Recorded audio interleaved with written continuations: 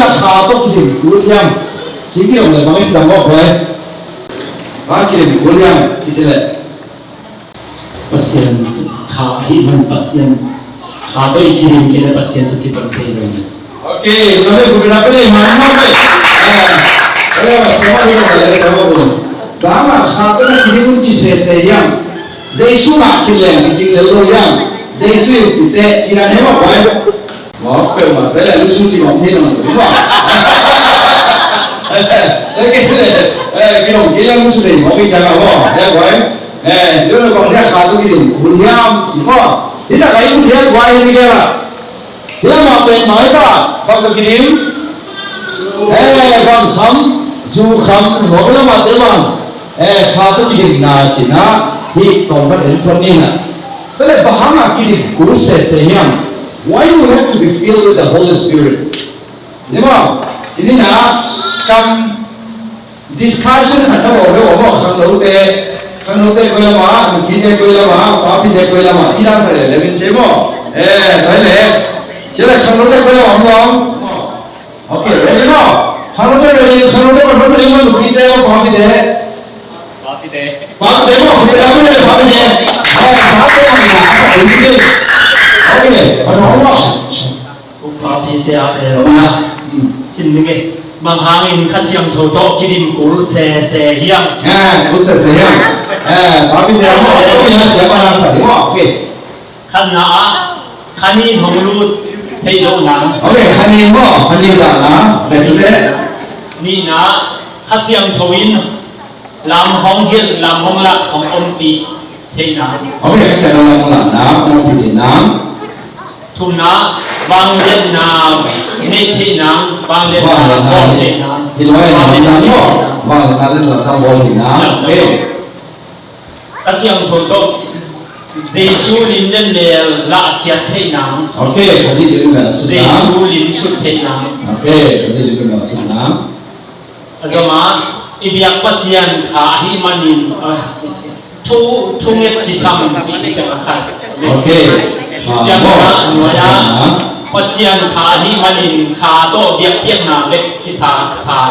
ok biak biak na san thi na ok rồi jangan na ibiak tham na din kha kisam biak na din kha kisam pasian na nuaya inun ta thi na baik pasian na nuaya le pasian te kha hi man ama to kisop thi gen na ok học với tụi nó biết rồi học phải sớm rồi đi tôi vòng về luôn tới đây thì là có zoom in nói gì à zoom in là bằng chế đó mỹ sẽ sản thị tới đây bằng như là zoom lên khá xe lông tệ cái đấy là một cái đó zoom không tệ về anh sụt nào làm tân nào anh dùng nó đây vết nhà lào này rồi khi nào này rồi có zoom vết nhà lúc nào là hụt nhiệt có mắt là khá xem rồi tôi chỉ điểm nè xem ra đi na ai xem quan này đâu xem cho na hoặc có là em tôi kinh nghiệm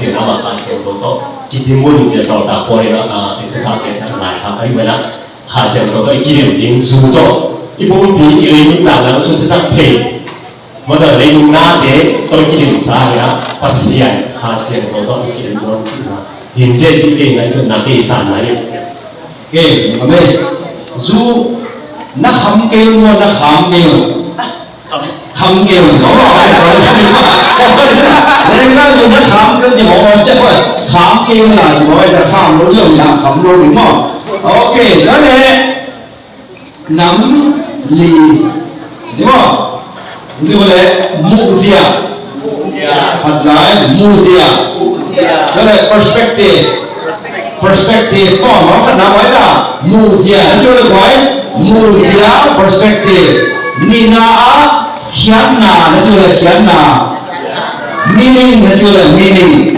ok khả năng ấy là muzia cái đó hian na ok what is the first word perspective the second word is meaning okay how do you give okay what meaning do you attach to it meaning chúng ta emotion number chúng ta nói là what is that emotion trở lại emotion là nói là khan sa chết Hansa Hansana. Emotion. Emotion. What is the first one? Perspective, meaning the third one is emotion. And Lina, words. Gamtat. Words pen, compound. Begitu ya? Action. Gamtat mo. Bagaimana? Perspective, meaning, emotion, words, action. Okay, nampak di nama, nampak karena pen muziak. Sudah muziak. Kenapa lo? Kenapa kian mo? Tapi deh kian na zaman tuh kami jalan mo. Tapi emotion pen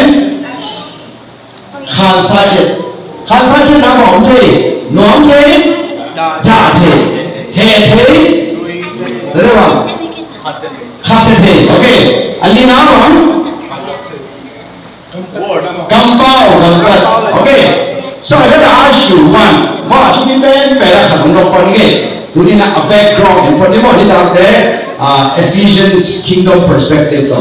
Okay, nam ma lo na te khula. What are the 5 words?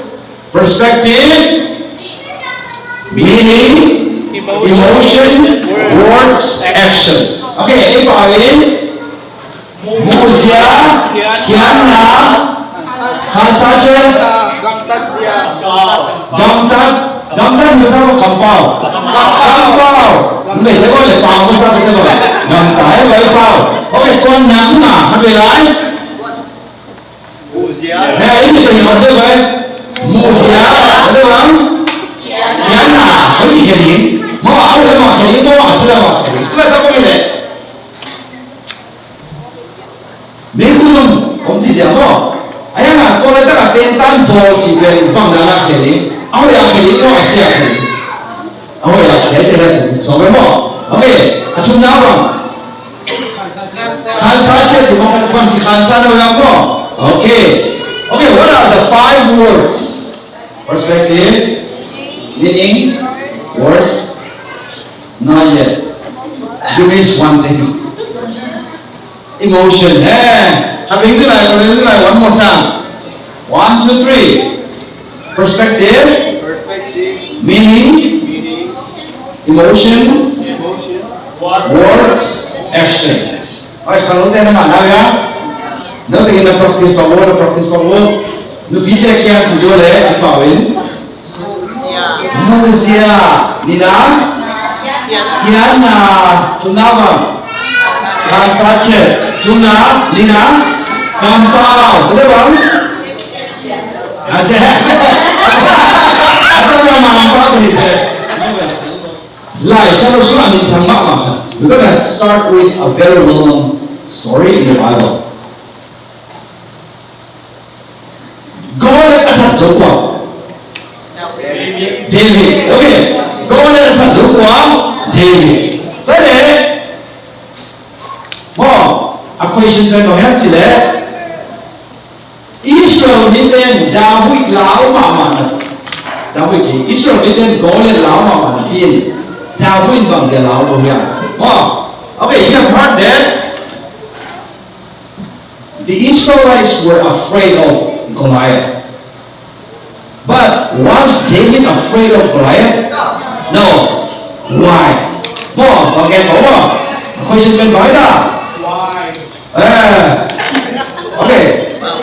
The Israelites were afraid of who? Goliath.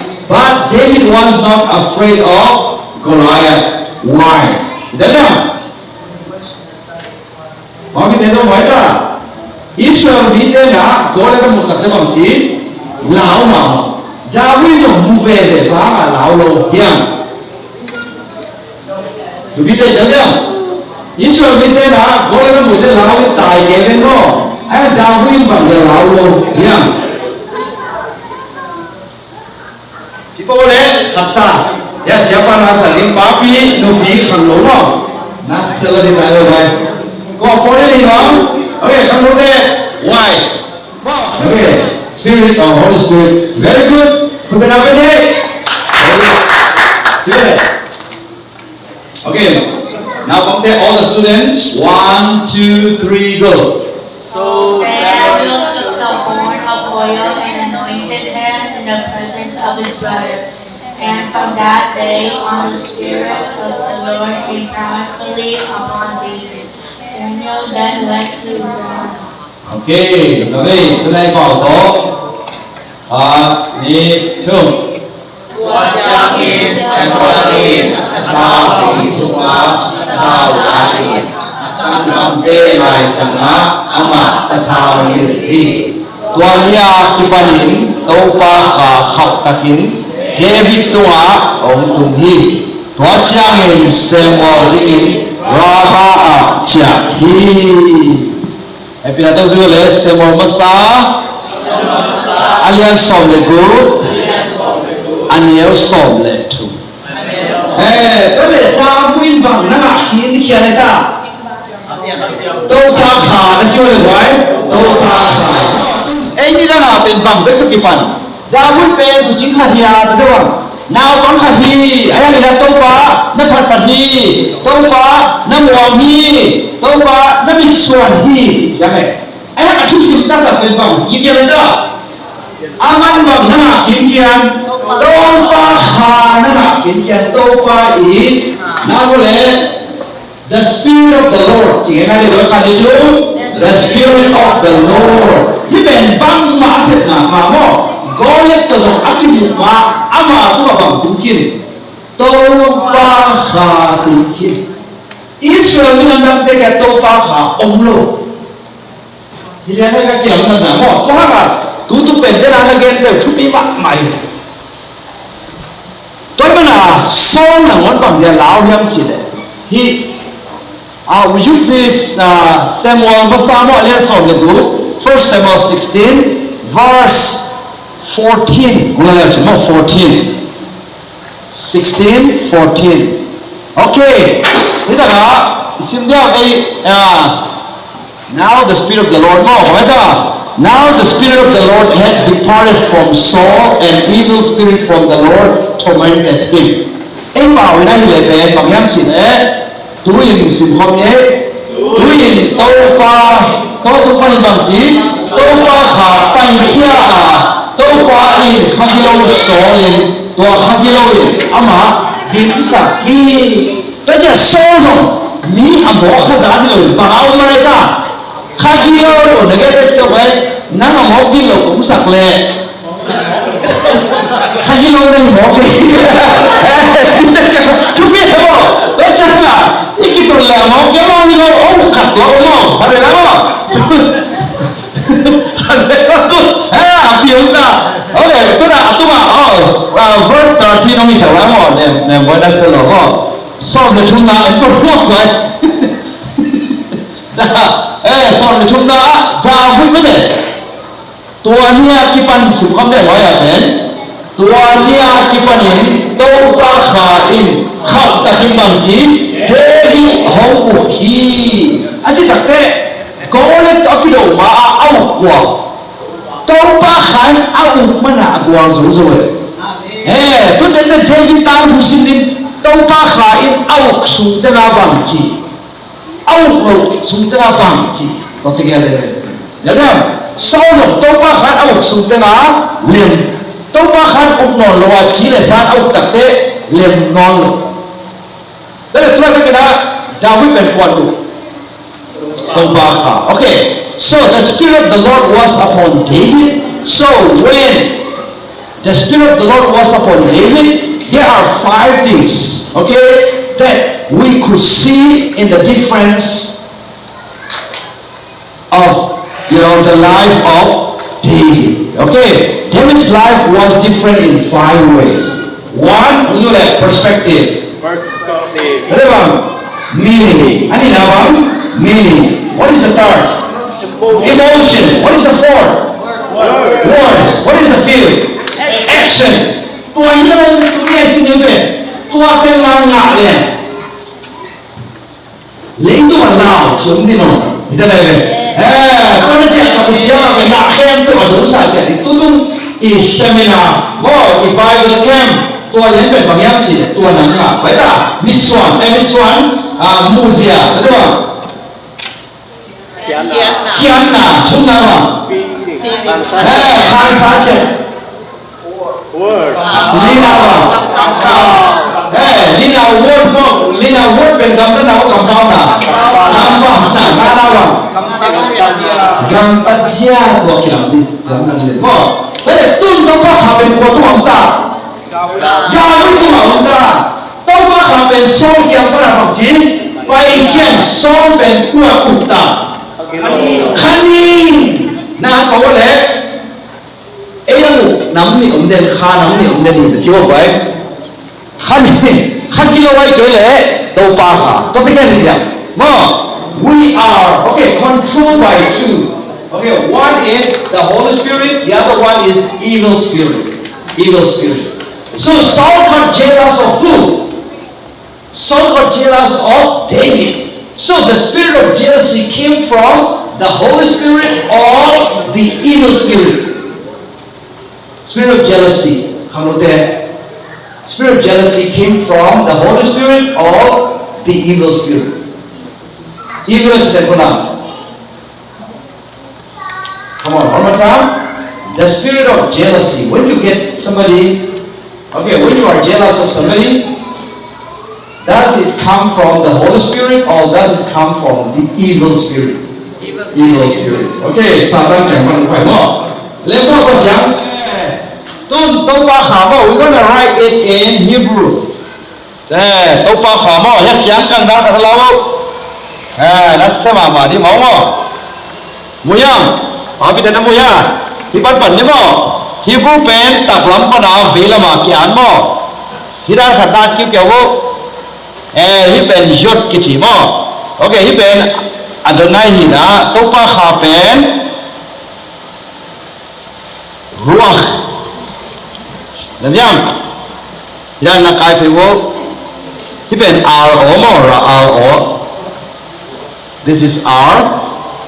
Then call look kungdan like umbrella. Kita laisa na kayo hipen U O. Same. Muya meciang. Akhir tengah forward kilak nenga je. Okay, lembo. Ya khat na kayo mo ya alam khatan. Hipen A. Hipen chat kichina CH. Isim takte hilang mana kisimo. We will start from right to left. Let's say. Taja himsim masa R.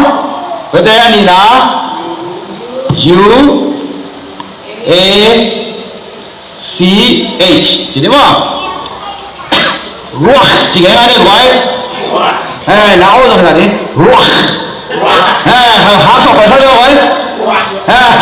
Sama mula bisa rock. Tahu dari rock. Orang san rock. Rock. Kau pasal apa deh? Rock. Asyik tak deh. Haji nama topa hamo spirit. Rock. Cuma pada apa? Rock. Nasi apa? Begitu hi atu apen. Adonai kicina. Jehovah ichichi. Itulah boy. Hipen baga kita hiam cile. Jot kicin mo hiat tuma pen. It can have the meaning of Y, or some will take it as J. Hipen H. Kita hipen W or V. Tadi hipen bahila lari. Kita kibang. H. Siam lo nak kaya pada orang. Satu tu pen. Good lah Hebrew tu. Nasa apa? Ready mo?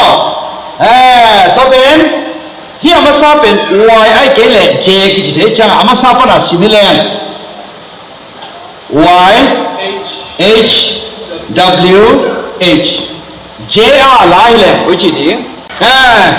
J mo. Hi pen W kila mo. Hi pen. Akibat hang alai jangan loy siapa yang cile, hipen J in alai le, JH amau W alai V alamo, V, tu bang H, hidan kisim theliang keve o cina, E belap, O belap, tu bang A belap Jehovah ichi, hi janai tengli, hey tengah sekolah. Kau betul mama atau isi aja, apa dia mau buat? na sewa ma Jehovah ki te na ngode a the lo tu no a the ta ne me wa tu no ba te sin me no a so na ke thei kha se pa chak chak chi ba lo ti ba le ra ya a the pa o mo ka mo te cha hi ruach Adonai ki chi mo ai ke le ruach Yahweh jong ki chi mo see are you happy yes you learn something new mo to ben in thui pan la bi se na mo ông phải lại đi tao mo Yahweh chỉ hai đây phải ano hiben taklam pa na ko la ma vela ma hadla pilai no atunga na seloi cha what is that tale ben ben pangyam chi le khat ken again be hilo I khut jong ta I khe jong ta whole body learning ki chi mo to ben tale mangel no lo hi taklam pa no hi bu ben ko la kon kya taklam pa no okay ve ko de ko la ve ko den ve ko den na ball pen ko to toy ni velam to toy ni hiểu không taklam nam te ko to toy ni taklam to hiểu không không lo bo ai toy đâu ai tan dan dan okay aki de le ya yot ai lo ruach pan pan ni mo ruach Adonai chi mo ya pan ni sao zo deu are you and here just a Tete Yod He Va He Mo ina ni ta mo jing chang New Testament lam mo pneuma lam sin ki ri epet to Ephesians to lom ni mo to pen Old Testament okay mungsi wale ruach Adonai ruach Yahweh ruach Adonai jong kichi to kite ruach Yahweh jong kichi tate ruach Jehovah mo bai da Jehovah tale tun to ten khem to pen kwa to om chi David mo David to om ta David to am cha sim kham de la gwai 1 Samuel 16:23 mo som ni le thuma khol de wina Eli to mo Eli to 1 Samuel 16 som ni le thum na mo ya ko la Tua Chang In 23 okay Pasian Saul chứ đúng không Pasian Saul Khang Ilo Saul Tunga Aom Kema Chang In Davidin Alai Sala In Akut To Tumahi Chang In Saul Thak Swak In Achidama Ama Kiang Panin Khang Ilo Kihem Kiahi okay Saul itu music azak tak tebang chi Saul itu David itu music pen Saul azak tak tebang chi khagilo tai khia hi mo ke mo bahai da a music mo yang mo ai ke le atumpa suma bom khasian tho tumpa kha ja su atumpa I suma bom ruach Adonai sene ga atumpa suma bom ruach Adonai ya na selo kharela atumpa suma bom ruach Adonai ta ja music tum tak te bak ji ni bak sai da a chi la min bak ji thak swa lung lo mo ke mo ai pen kha to ki phol loi cha ai tum dak te min za cha ra sa the mo den ngom chi la alung nom sang pa khat bang he ti ko ki to ke sia bang cha to te bek nom om chi sa ke ai tu ki ha ki ta de le oi ina David ama ore ama la to sim la de mo to ina ai to pasian sol khilo sol to om pe ma chiang in David in Eliza lai chi takte de namo akut to tumte solin zan achirama kya panbak tai kya khadilo tai kya to pen nai khap khoa de the che amao to music anasa to pen amao pen pagin sang yam chi khadilo zan e pen pagin sang ni kha sian do cha praise and worship team akya de kolam if you are involved in praise and worship team okay. So David was empowered by the Spirit, and whenever he played the music, what happened? Saul got healed, and the evil spirit that was upon Saul departed, just ran away. Why? It's not only because of the music, but it's because of the one who played. Who was that? David. I can't hear you. David. Louder. David. Okay. On David, who was there, the Spirit of the Lord. In Hebrew, how do you call? Ruach Adonai. Come on, one more time. Louder, yes. Okay, please repeat after me. When the Spirit of the Lord is upon me, I'm empowered to heal others, to bless others. Okay, let's turn our hands and praise the Lord. Yeah,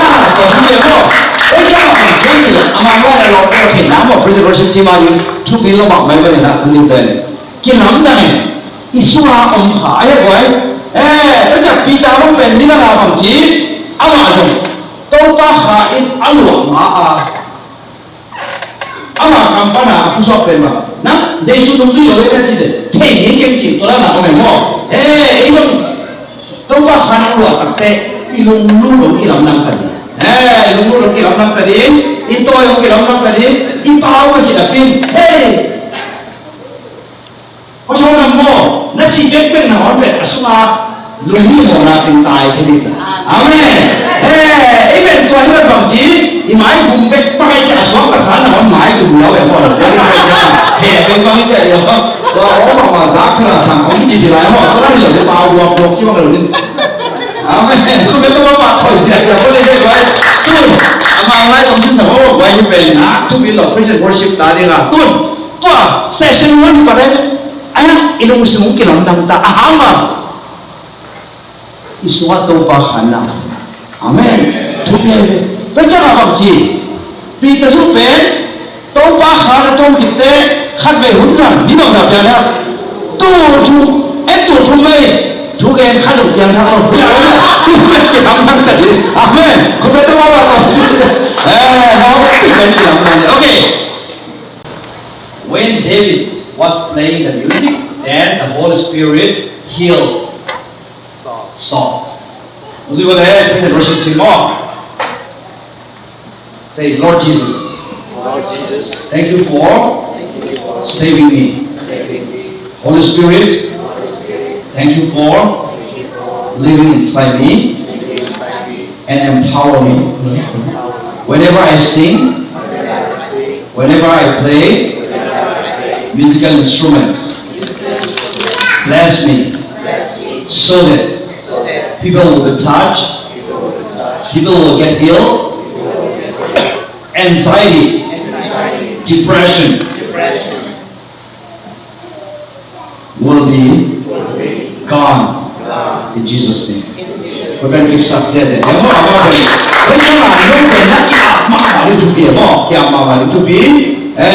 Saturday the whole night, you watch YouTube or TikTok, and the next day you stand in front of people. Then the Holy Spirit cannot use you 100%. But today, this is so important. Okay, number one, today, topa kha omlu na, sibo.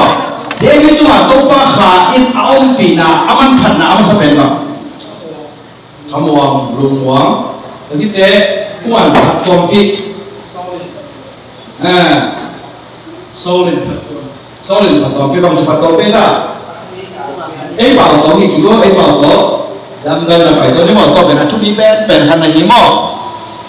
Pasien sol khakilo sol tu am takte tu khakilo pen ko tu am sol tu am ayam tu David I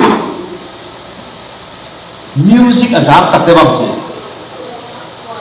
sol thak sol kin de bang chi a chi nam de khakilo bang chi tai hia lai to pen bang ha topa kha in ama lo ai sian ta cha khana topa khai ong lo na pen ela ding ben mo midang ta ri midang ta na to wa midang ta ri midang ta ri mo I o aza ko le akibang ve na pin thak ngan se ji hong se wo ki swak ta de se ji hong jo bai topa kha na swak ma ni ma ni na ki jo kha la kha topa kha na swak ma ni ma ni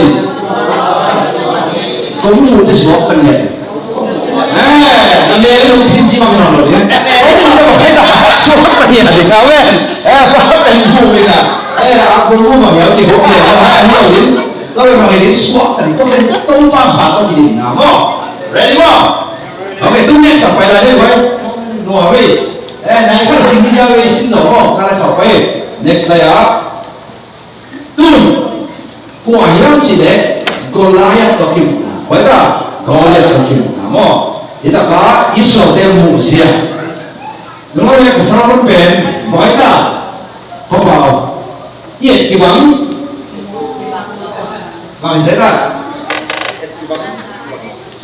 กี่บังบุกี่บังใช่กี่บังบุกี่บังเลยว่าเยี่ยกี่บังยี่บุกี่บังเลยโอเคตัวนั้นนี่เลยเดี๋ยวนะไอ้เกี่ยทุกอย่างส่งดัชชีส่งกว่าแต่ไม่ดัชชีpetrol โอเค petrol มันบุเตกี่ไหมอันนี้เตกี่ไหมมั้งไอ้พวกนั้นต้องกูตัวบ้าเห็ดปีนามูตัวบ้านี่นะกี่โมตัวนี้หรอสักวันพี่จะกาลีกี่เจ้ากาลีนี่หรอพี่จะไหนหรอ petrol นั่นก็จะลงแต่บางสักวันไปตัวลายบางที่ทำเฉลี่ยเล็กโซ่จีเขาเนี่ยrupees ส่งนี่ตัว petrol มันจะไม่เล็กไอ้ห่างสินตังนี่เขาเลยขัดกิวนะไอ้เสียกินกะหนประมาณนี้จีนังเอง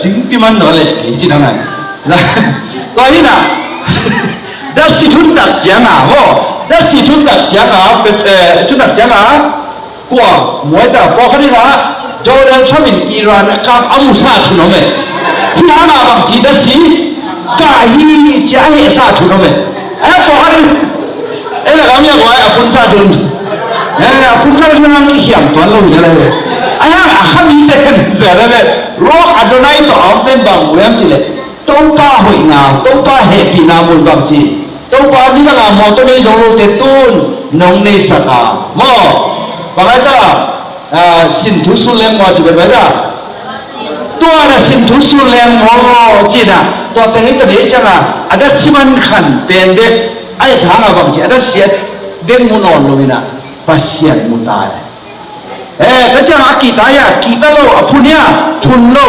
khato kilinte kasi tun lo ke amnang nita amen ibil piak chalo hui sa peni non lo mo tun to mi tadi ready mo okay semol masalian som le sagi mo semol masalian som le sagi aniel som ni sim hole le ei ba mo israel ni the champion heart me tooมีแต่แค่เปียววินตัวมีปลาอาคูจางอินอามาเกียงปานินไตเขียววาลาวมาอุบีโอเคทำได้เลยอิสราเอลมีแต่แค่เปียววินตัวมีปลาอาคูจางอินอามาเกียงปานินไตเขียววาลาวมาอุบีเดี๋ยวนักคำมองหาโมโอเคตุ้มมาไว้กับสุนีเลย Can you read in English 1 2 3 go Whenever the Israelites saw the man, they all fled from him in great fear.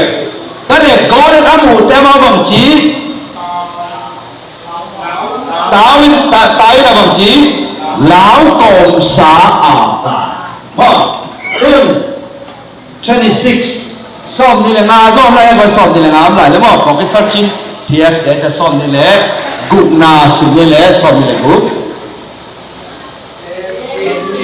อามาเกียงาดีมีแต่เกียงาฮีฟิลิเกียปาทัดดินอิสราเอลตุปานินฮีมินไดนาอาเบสักปาติงินบางกิลีดีอาฮียาอามาวินอนุตาปเสียนงานกาเตอาโตดินินฮีดอยเปียฟิลิเปียไปวายามาจีหินโอเคซ่อมนี่แหละกุกนาโมซ่อมนี่แหละกุกนาอังกฤษตัวกี่เดียอังกฤษตัวโมขันไม่ไหลโมหิตาบะOkay, here I repeat some comment. Okay, David asked the man. 1, 2, 3. David asked the man standing near him, what will be done for the man who kills this Philistine and removes this disgrace from Israel? Who is this uncircumcised Philistine that he should defy the armies of the living God? What are the 5 words that we learn? Siya tangin nga sa kini mo, hindi kaya kini na perspective. Hanawa ina perspective.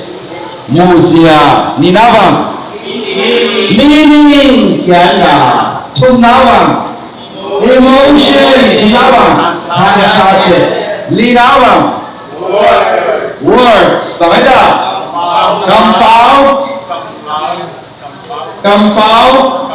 compound lệ words kita action kamtat mo okay đó là toàn tiền mo siapa nama settingin na muzia namni mo Israel khá tốt kirim lâu tem muzia lệ khá tốt kirim tem muzia bằng kilam đang khăn na meaning God đã một tên bằng hiến nào bia hiệp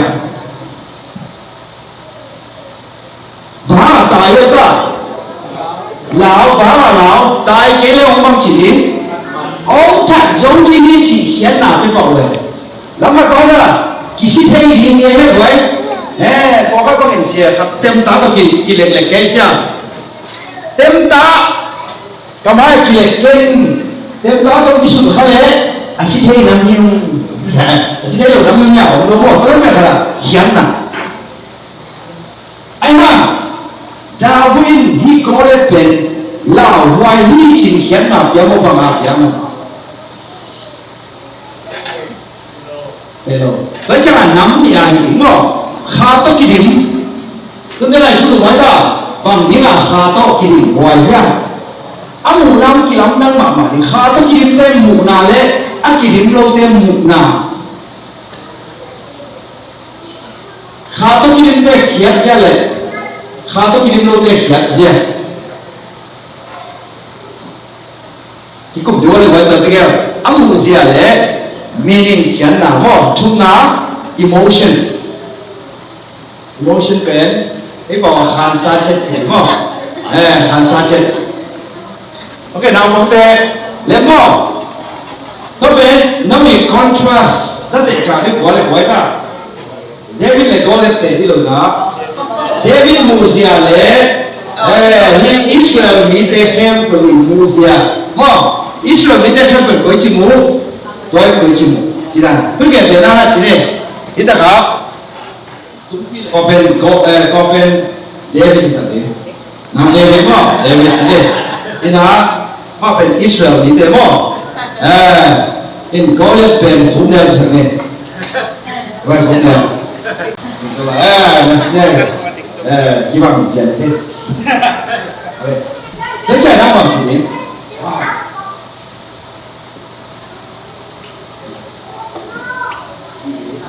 He is so tall, so big, seems so powerful.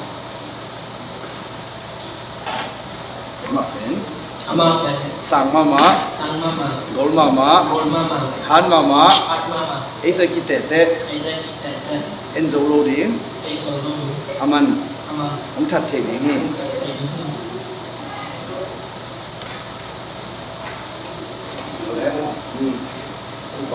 Iba Hadim Israel te Unpan Mindaina Besakdi Iba Azolte Adingin Bang Ampana Kipedi anh chị nắm được em rồi những bạn nào bằng gì đi gọi lên phèn ngôn lúa những thật tiếng hi tai tiếng áo lúa pasien min đại sạch ai hi manin gen gọi lên dấu tiếng ampana ngã tiếng ok thế là amount cái này khan sa chết bằng emotion bằng lắm nào David lão thế là lão đó là lão David cũng là bài này bằng khiến nào nhá bằng meaning what meaning attached what meaning is attached to David còn này bằng chết à khi là gọi là bảo vệ để ông thật đến như chị hiến nào vậy ông bằng gì Ipa bên thật lên dấu lên hâm phát nạp kinh ngạc tiếng hi kỳ lắm đây rồi tôi lại gọi chị đó của in man tama sa tay khula đấy rồi 인마 땀이야. 땀. 무슨 말해? 인마나 땀이 개이지고. 인카마 똥 나이마니. 이래요. 그렇죠. 인마나 땀이 저러면 뭐지? 인카 아똥분이 저러고. 그래 인카 배서라 땡소 거기래. 미래를 살 거기래. 아 땀이야. 땀이 그렇죠. 일단 기본으로 뭐. 이 도대체 이모션은 기lam당 막말 한사직 배. 근데 근데 얘는 뭐래? 아이도 기방 뭐 기방으로? 아이도 기방해야. Kibang. 뭐 기방? Ayo kibang. 아무 기방 뭐 기방으로? Kibang. Amu kibang. In Kansao kibang. Kansa kibang. 아무 무시야 기방으로. 왜? 아무 무시야 기방. 내가 남아 봐 해다 왜? 무시야? 한사직 아니요. 옛날. 한사직. 깜빡. 깜빡. 오케이, 그래. 아마 어떻게 해야지? 뭐? 남편 이스라엘? 남편 방? 데비. 그래. 아마 어떻게 해야 아끼 물어봐. 수마방 기남당. 데비님 방에 또바하 또기리. 마pen 기림 물어봐 지않아. 아무 무시하고 아만 방 백무다. 거예 백무다. 아야마 하도 기림 빼님 방 물에. pasien mulai. Macam pasien lihat nato. That's right. Benar. Ini kita tahu. Betul. Ini nah, nampen goleh saya jauh pasien. Oke, cuba lo.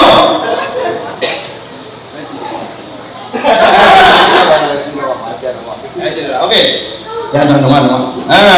Terjatuh. Khá tất kỳ điểm lô im mụ làm cái lắm đăng mà mày. Terjatuh. Kau yang cile. Ya. Israel pano. Nampak dong ingam lo kun ke kita ni. Oke. Aman bang ben namu yang cile. Agoraya ben muai cha agoraya naik lo. Kau agoraya naik nama. Agoraya ben ini cema. Ama sa lian sokong lo. Pasien munolog. Nak kudu uji oleh boy. Amai uji bodoh. Nak kudu dia kudu uji bodoh. Bang muno oleh. Nak kudu dia kudu muno tidak nampak muno. Muno. Naik sangat muno. Nak kudu dia kudu. Bang muno. Kudu dia. Naik. Anai nama. Bang bet muta. Kudu dia bet muta le. Ikan semua kudu dia bet kamu le. Hilo. Bahana nak kudu dia bet muno. Hút bé nái lùa, nó chưa vậy? Nó quay nà liên thì kì? Nó quay nà nái ở lùa. Có chẳng cái mùi xe bốn kiểu lắm này. Bây giờ quay nằm, cái hút bé nó quay chăng à bằng gì? À đắng mùi nọ rồi. Tôi đi sợ đi tên, bố lên tên mùi đáy chăng à? À liên giống bà xẻ nó mùi à? Mùi nọ rồi. Hút bé tôi bảo bà tỏi xẻ này, nó là sợ đó. Cái này là giáo huy là bằng gì? Nha. Có đi mỗi một chúng ta là lao mà chỉ là Israel là lao mà bên ama sa liên số ở đây đó đấy bắt đầu đấy khung qua lại đó chúng ta không làm đấy chứ bắt đầu đấy ya khung nêu kí tệ đấy khung nêu vẫn bằng mình nói rồi đó mà chưa vậy không đi tên pasien liên na pasien huy na pasien sian châu na pasien cung pi gam muda với gì mà nhỉ abuai na nếu chỉ phải ok tới lẽ break time minute xong là đi bỏ ok tôi bắt đầu nó kịp bao rồi tôi chén vào đến tại ba để lại nhưng mà mắn nay được số rồi dễ đấy thì đi xong rồi này tôi chúng tôi này nào bảo bị thế dùng cái hàng ngấu tay dùng cái lục bị thế what did you get from this wow đây tao ta hiện qua tới đây break time mà đi xong là đi khá tốt bằng đẹp kỷ niệm hoài nhá những cái sự bằng gì thì hắn bé sụt là con nói chẹt tiền này lóng cây chi bao giờ thế nào đến đó là bảo bị bỏ đây là mình bị bỏ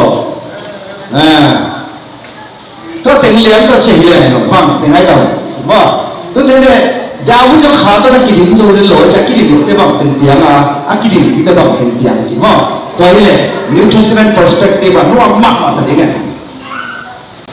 โอเคดูพิจารณาแล้วมาไปว่าดูพิจารณาแล้วยี่อาศิลมาสักการะตุ้งกันเองบ้างสิมั้งมิลิติเบกินี่ก็เป็นทำอะไรมั้งป้าพี่เต็งเวลาว่าดินซ่านนั่นกูมั้งคิวมีอย่างเดียวมั้งตัวเราเองดูพิจารณานั่นคิวมีอย่างมั้งมั้งเป็นทำอะไรได้ใช่ไหมน้ำมามั้งน้ำมาลักไปได้มูเสียบ้างน้ำป้าพี่เต็งมั้งอะไรจังมั้งน้ำมั้งข้างนู้นเต็งมั้งเห็นมั้งอย่าmake a circle ไปกันเลยมูเกี่ยวกับเสียมั้งWe have to move around. Okay. So that you guys can get TV. Câu pa hồi nào mà ví dụ là bị sáng cái phọc xem câu pa hồi nào cái phọc đến đi ý xin đi bỏ rồi là mà chúng ta nuôi khá tốt thì để coi gì chúng ta khá tốt thì để coi gì chứ mà in Israel đi tới bao giờ mà còn phải bỏ cái gì đấy ý chứ mà ý sáng để không chỉ bỏ cái này anh nào lệ thì nắm được cái phọc này anh Joshua thì khá lệ tên mà Joshua tụi mình là câu pa khá áo lắm cái này tôi chỉ có cái là hoàn toàn tôi qua tháo được số tiền như thế mà ama ý chí ba tôi qua là làm năng để phò ai có cái chuyện kia là mà tôi có lại bây giờ là làm cái Israel, David.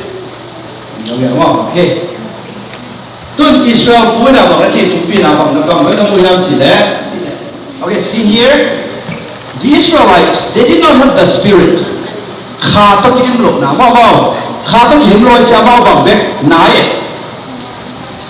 Gold pek nai, then I ikut imunya kuai, ikut pen, inai lo pek dah kimuya, kimulo, hidan dah saya kuai, haksan nai tu tak terjujung kingen, lo keci, ichi kaya, kingen kalau itu kan tau paham le na awal lo ni, ihaksan na, inak na, ilaiba, imuya na, lo icha na apa sih yang lo mesti lo, mari jomlah.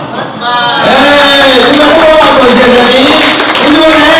Chúng ta giống như là hấp dẫn na, hấp tuột thế, cả hấp dẫn na, mít xoắn đầu rồi, alien rồi, hấp rồi,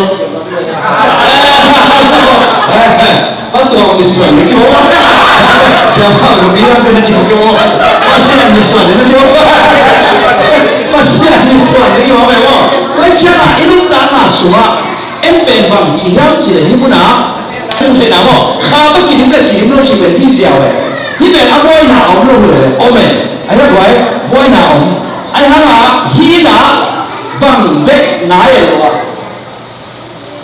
Có những vết nái rồi lấy cho là áp vào sen vang là nào muốn rồi, tuột từ hàng ngày này.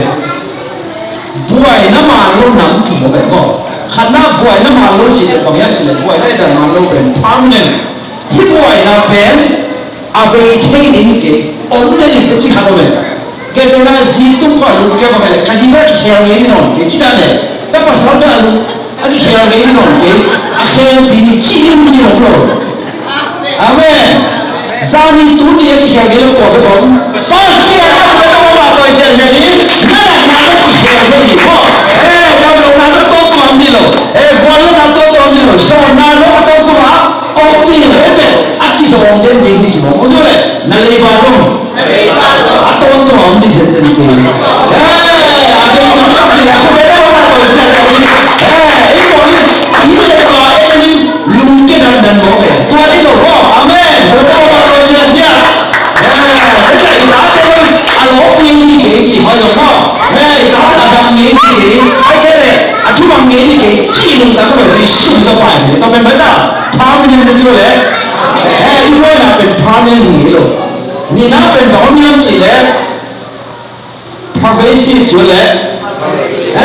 Cái này là bôi nó nấu hạt áo hả mà? Ý lúc đó là cái ác xia hi chỉ một con. Ý đây cái này là ý là túi cái khá cái này là ý là túi đồ thế là nó cái đó. Ý là túi đồ cái ý là sẽ tay giờ lúc xem nha. Tôi cũng suy xẻo ấy. Ai ăn cái đá tên như thế. Lúc đi bán cái mà trong ống này fix down rồi không? In tôi chắc là ý là nhà xia xài là hiểu không? Ý là ที่มุสลิมเราบอกว่าไม่ทำสิ่งไหนขันน้ำบอกไม่ทำสิ่งไหน hibuai na abai ni ki cihara yung le ma longo kalaiwa to ami chiong kulo ipo people idan ta piang ke te chi tu mo be piang ke longo amen ku be to ba ko se de ni ya ko ya ke ni ya ku lo ni na o ma chi ni a tu ma alian so pa mo khana ben buai na ning khat ha ma ilu ta na kilum ke the e be kilo mi tam pi da mo si na on jong mo mai la ben to la ni san tui pi akan ta lai ta chiang phut to avana kan ta nei suang pa na ji tui phu aya ma ta de an nei lo van pa na ma na mo ki ya yo wai ma na hian na bai da bang mo bai mo long te chi la na ko pi pai san se de na a ko le ko de bang ji ba le na chi cha na ko pi ko bai ba le ni na ki ni ma khát tiền vào lên rồi vào lên tới chả và cũng bắt đầu tua thế đấy chém phút bằng chỉ à khiến lại bằng xuống cùn xuống ai hả à mỹ đến sáng ngày tôi là sinh hoạt thì một cái tôi bảo ông thành bên trong ông ấy đúng nghề number số là năm hộ à hàng bằng aman tua à complain nào jadi apun na betul zada jatuh yang bercita. Hey, tua bek ini tai siapa? Atau nahin, nol kita dapat satu tong sampai mau tu, haksa saja mau ya. Ini kalau belum mau, ini soal orang mau tu suka mudi kerja. Nasi kita ngaji, haksa tu. Haksa saja mau. Tu siapa? Tun. Gen ngo kha to akin ten abuai na na et nyong nong ni lo bang pekin overwhelm den yang chi le bang pekin amau ki sak den chi le pasien hoi na amau to den amen to beto ba ko sia in ko en lung che chi ben ko anin no kha en den tu zura sia ka so ko le to ba su le he ki tha ni mo atak takira ama le ma ki than na ki he la to ba kya na ba pai ni na va thuni wa chile ki lam nang the ni ne idel ya tu na lung kya na depression chi pen tu pa nang pai pai nei boy na khat bang chi nai et lo mo nai et lo tu te David na Goliath am te bang phok che ta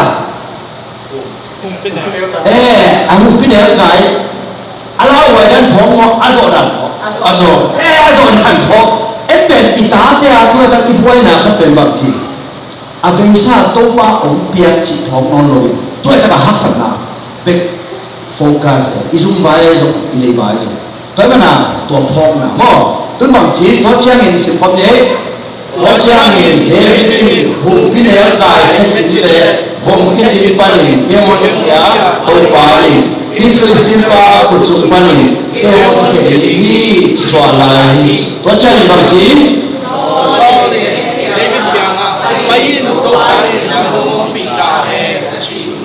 okay tu na tua hun masa to pa pina mo to pa pina be lo kha in au na to pa pina chiang lo na kha ina to pa ama u mo to pa pina be jong lo to pa u na jong kha sian thui ma kai kha sian lo ma kai be che lo ni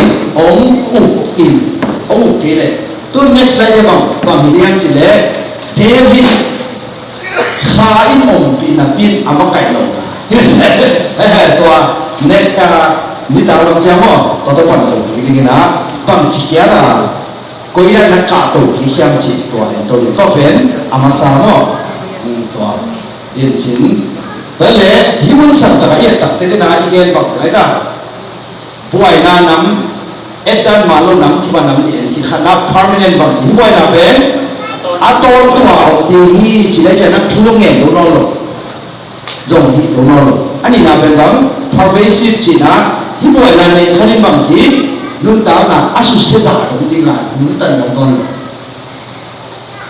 a thum na ben bang chi le personal ke nya apiang lo hi chi khana me ke te na hi ma pai bang chi stop saya hol lo le cha bang chi ticket ngã chỉ có đi ngày suốt ngày nó chả cái bé là cám sẽ được chỉ có nên à tôi đang dùng cái của mình à thế là nó khăn tổ nó ho nó stop sai nó ho lục tắm mặn mà lên có cái mặt lục thì rồi có cái nào nắng nhạt kẹp yang lo ni cái này là thế à mau bằng bộ lục thì bộ lên giờ chỉ à là tập te cái đó anh năng gì chỉ là lão là tôi cần vào đó thế là bằng cái gì hàn chậm dần chỉ là ok đó là tôi khủng bằng tay đúng không David hi có lẽ bên ác cái giống cái gì cái gì à xin lỗi pasien thả to rồi hi abisa abang lên rồi hả ông rồi hi bên ác cái bằng thế gì đây mà ác cái bằng thế quan gì đấy Joshua le kale kulai lang bằng gì adang Israel thế bằng gì amao bên lian mà ấy bên bằng cái bằng cao phê to cái bằng gì anh David in to tanam lo mo okay lo na bele himun san ta mo amana abuai na apamu den te bang tho abisa a pasianong pin ang zule khato kirim ten abuai na khat to mo ta ko chiangin abuai na bet na ya lo din abisa to pa on pina to pa una to pa ta wala na khó có gì mà nhìn có phải là nó rồi khá có gì điểm lâu đen áp quay là cái mùa gì mà nhìn cảm xem thì quả tính lùng kia in dạ đi ok mà bây giờ có bạn làm cái luôn ok thế là pháp thì thế thì thế mà ok đã có tên là sao vậy cái là presentation có nên được cái chuyện này nên mà số nó vẫn sẽ được gọi pháp thì thế phần điểm mỏ thì là mắn bay nhiều điểm mỏ mình xong rồi là mình thể chung lệ xong thì là mình nhớ cái bên break time nó rồi thì chung đi đổi tay đây raise your hands very good đây là nút tên bạn tên giống mỏ tụi nhà kia bạn na kamusia hiền na khan sa chết cầm bao cầm đất tế tô pan ông về là sẽ phụ làm như thế cái bên tông duyên tôi bảo phải xem nó